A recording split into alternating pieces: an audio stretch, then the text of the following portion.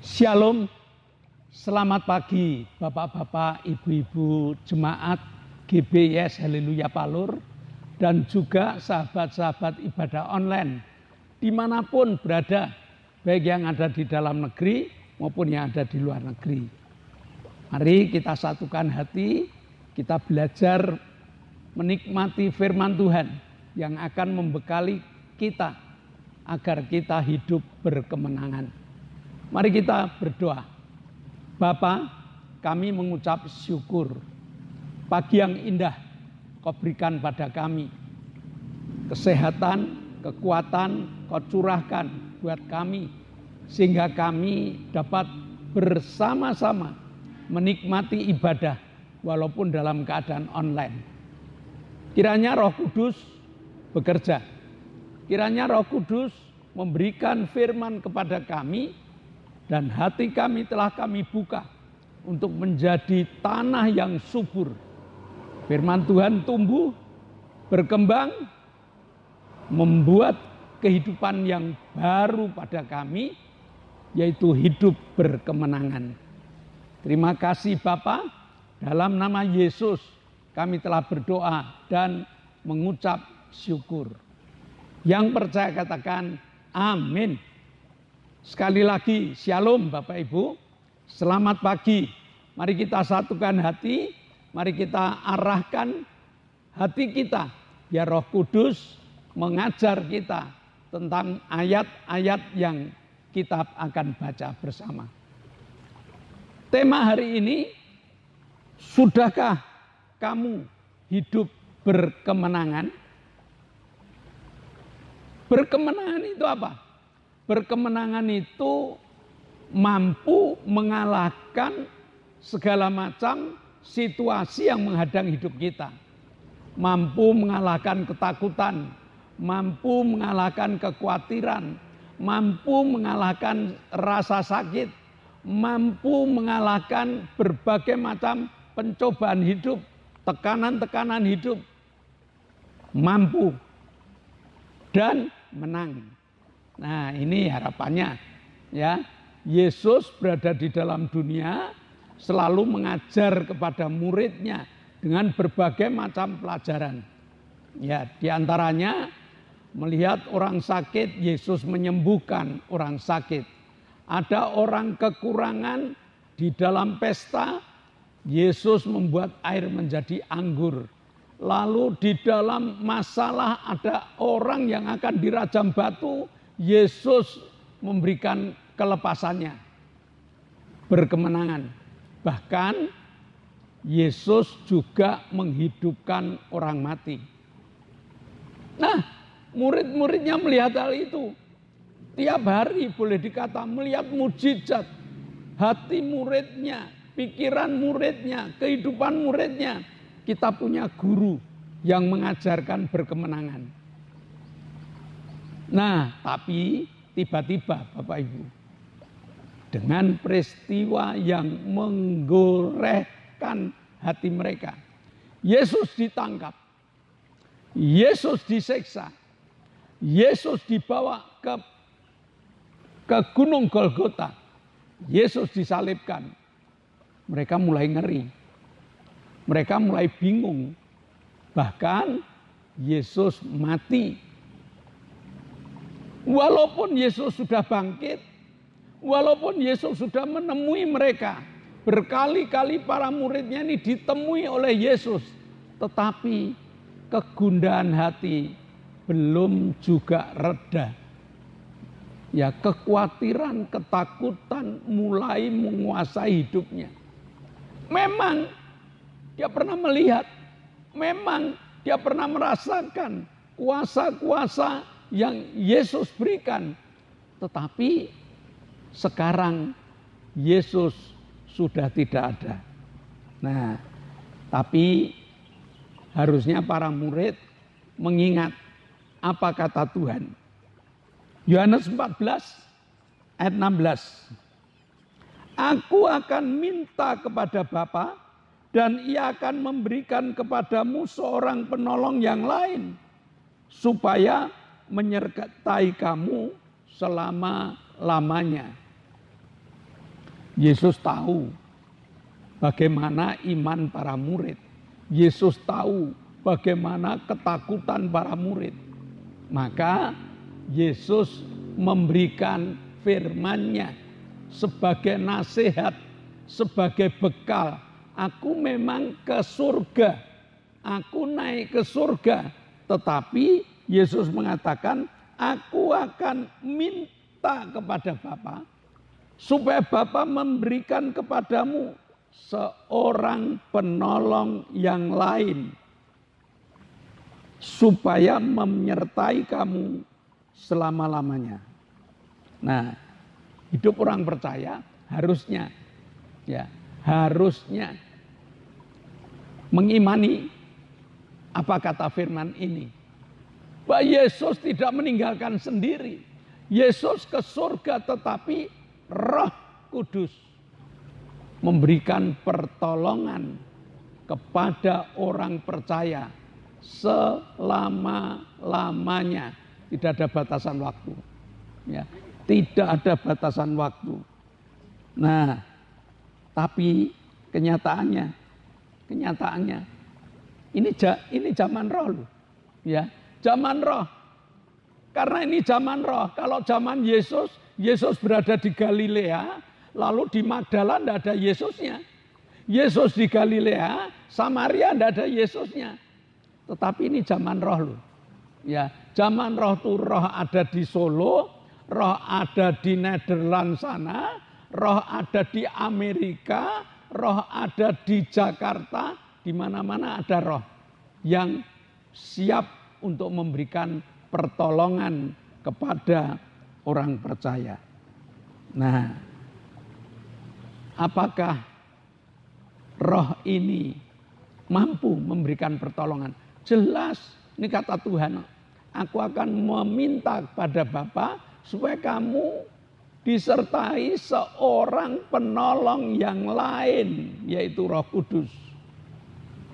Nah, hati para murid masih bimbang. Hati kita, lebih-lebih hati kita, ya, yang tiap hari menghadapi berbagai macam permasalahan, ya kekurangan, ya sakit penyakit, ya persoalan hidup. Bagaimana? Padahal tujuan Allah mengambil kita, tujuan Allah menebus kita, tujuan Allah memanggil kita ini supaya kita hidup berkemenangan. Nah, kalau tujuannya lepas, berarti gagal dong. Yang gagal bukan Allah, tapi kita dalam menanggapi apa yang diberikan Allah ini kurang tepat.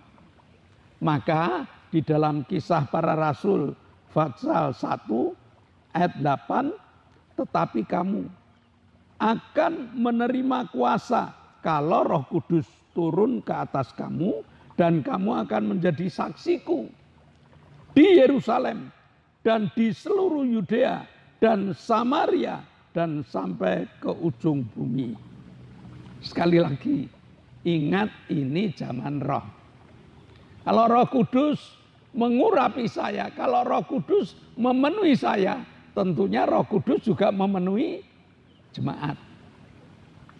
Tinggal sekarang bagaimana cara pengolahannya. Ya, bagaimana cara pengolahannya. Tuhan ingin setiap orang percaya hidup dalam kemenangan dengan modal Roh penolong yang lain. Dengan modal kuasanya Roh Kudus. Nah, jadi kita harus setiap hari ingat, begitu buka mata kita mengingat bahwa ada Roh penolong di dalam hidup kita. Dan Roh penolong itu memiliki kuasa yang tak terbatas. Apakah hari ini ada ketakutan? Apakah hari ini ada kebingungan? Apakah hari ini kita sedang mengalami sakit penyakit? Apakah hari ini kita mengalami kekurangan?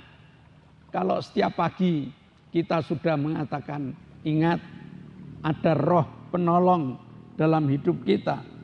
Ada kuasa yang besar yang harus yang ada dalam hidup kita.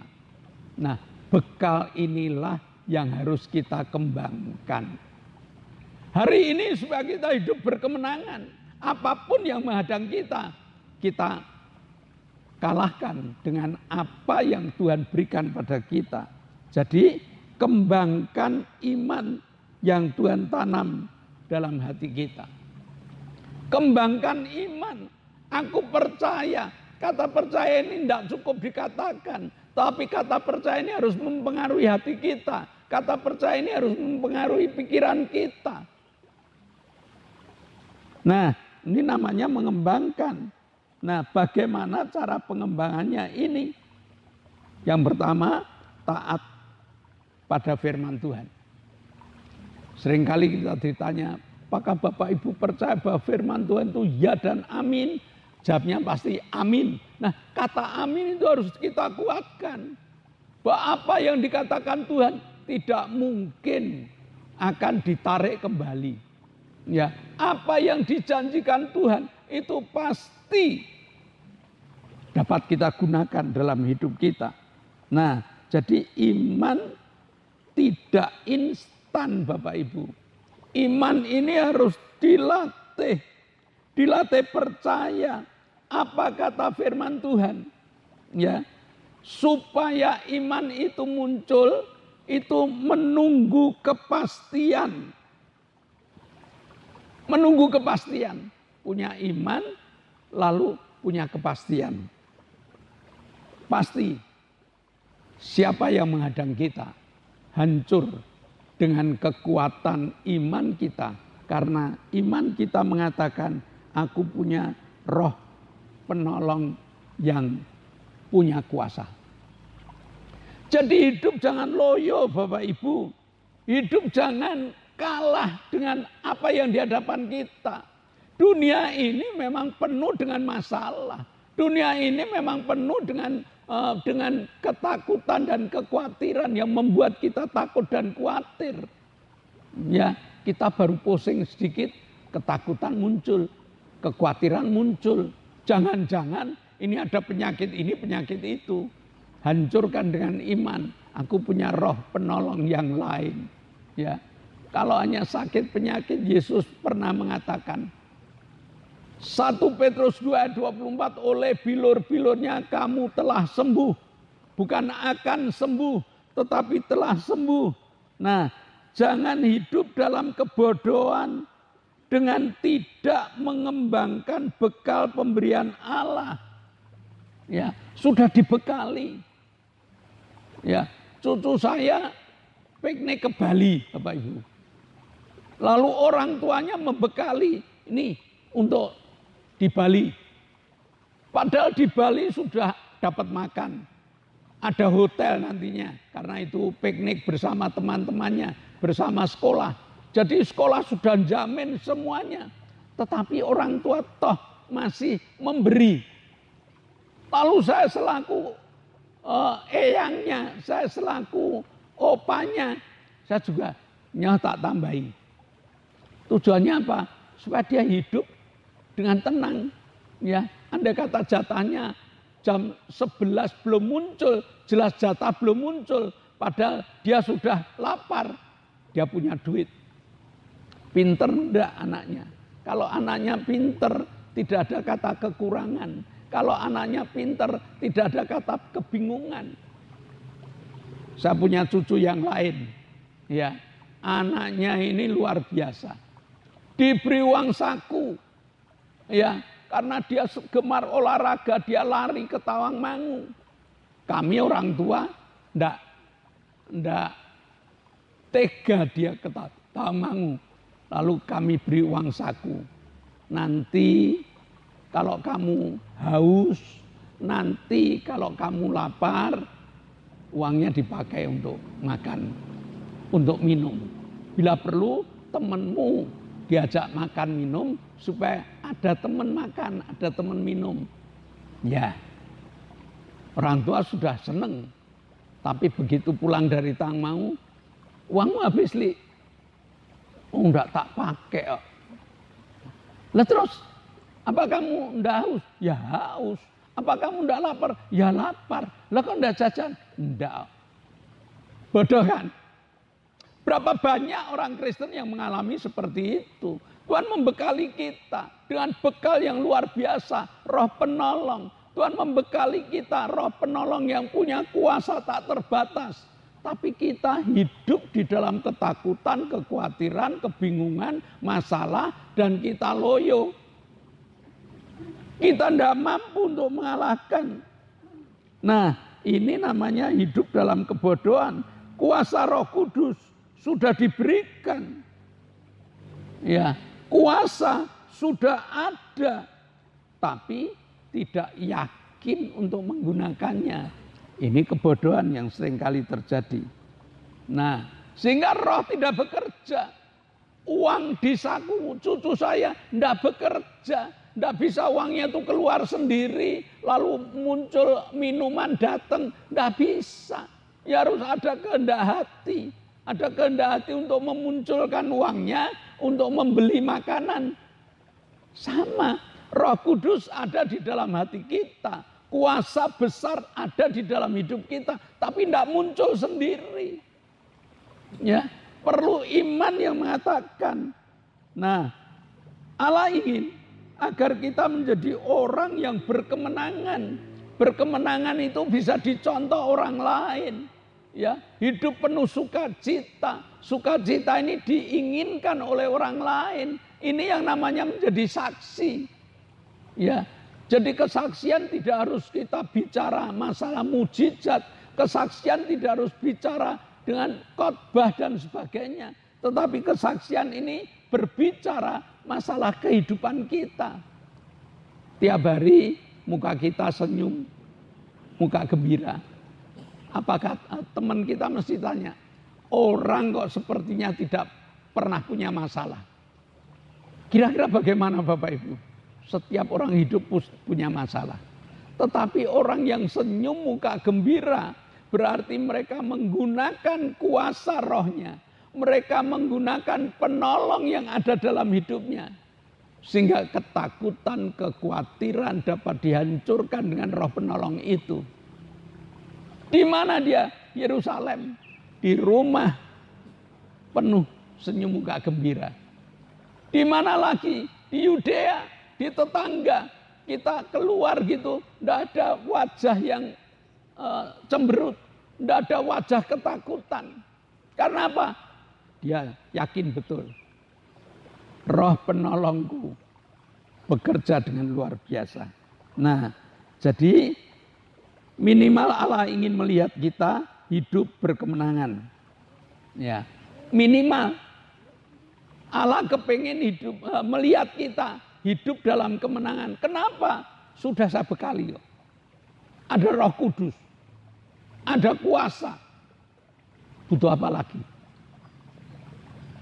Nah, jadi hari ini apakah saudara sudah hidup dalam kemenangan? Kalau belum, firman Tuhan mengingatkan, ada roh penolong yang diberikan pada kamu. Ada kuasa yang diberikan pada kamu. Dan imanmu harus kamu gabungkan dengan kuasa dan roh penolong itu. Sehingga apapun yang menghadang kita hancur. Karena kita punya keberanian untuk memunculkan roh penolong. Kita punya keberanian untuk memunculkan kuasa yang Allah berikan kepada kita. Jadilah pemenang dalam segala perkara. Mari kita berdoa. Bapa, kami mengucap syukur. Engkau telah memberikan kemenangan kepada kami. Karena kami punya roh penolong.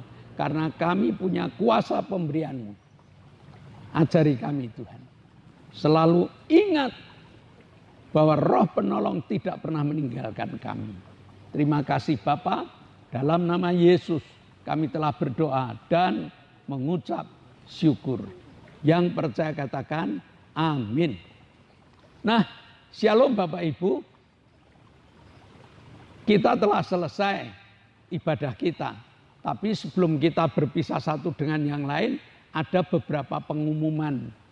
Yang pertama, GBIS Haleluya Palur itu sudah mengadakan ibadah on-site, ibadah tatap muka.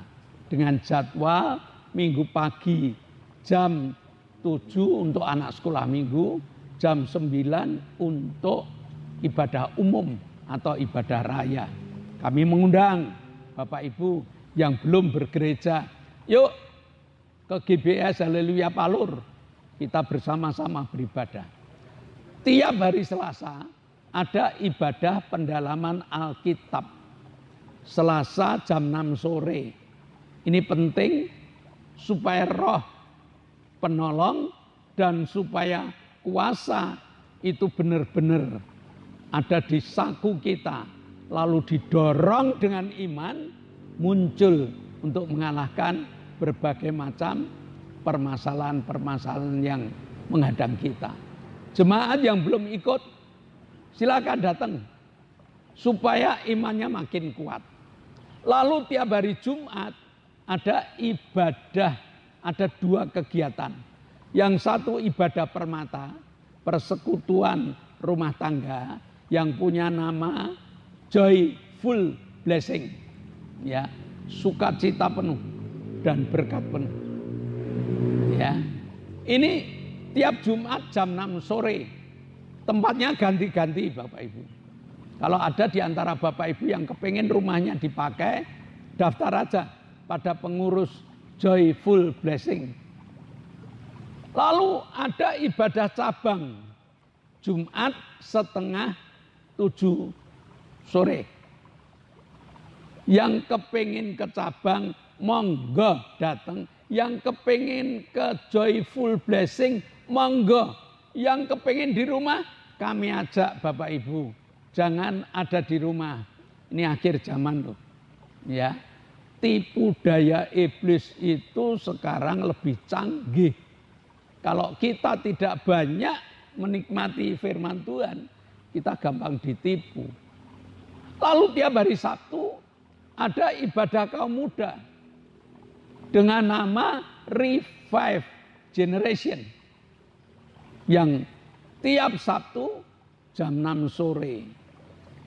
Ingat Bapak Ibu, kaum muda punya segudang metode, cara, ya. Dan caranya ini sudah lebih dari yang kita pikirkan. Kaum muda punya acara-acara yang luar biasa. Kaum muda punya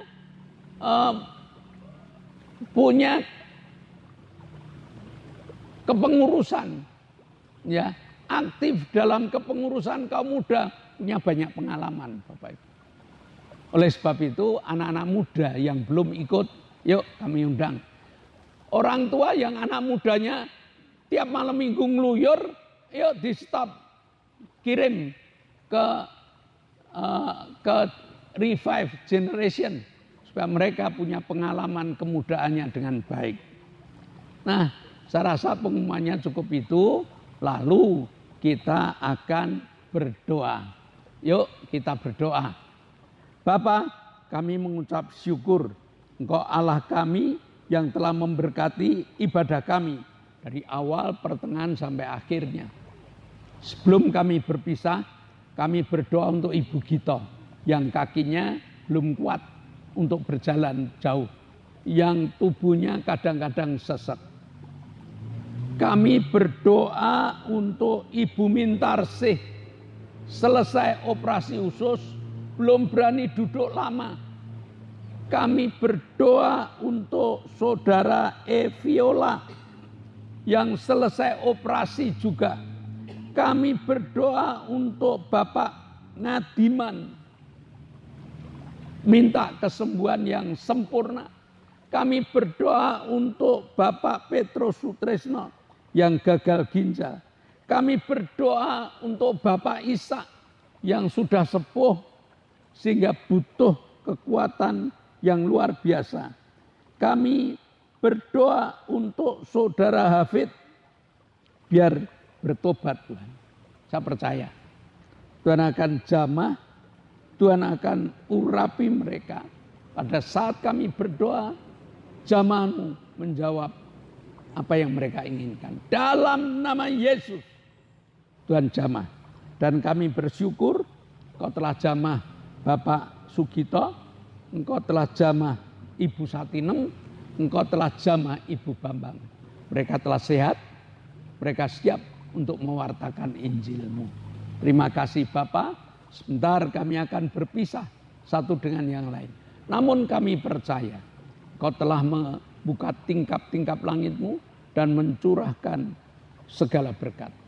Terimalah berkat untuk rumah tanggamu, berkat untuk usaha pekerjaanmu, berkat untuk rancangan-rancangan hidupmu, berkat jasmani, berkat rohani terus mengalir limpah sampai setiap orang yang ketemu engkau heran karena engkau diberkati.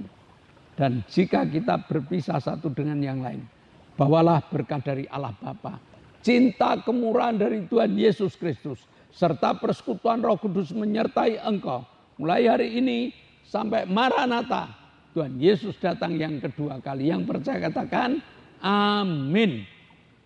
Shalom, Tuhan memberkati.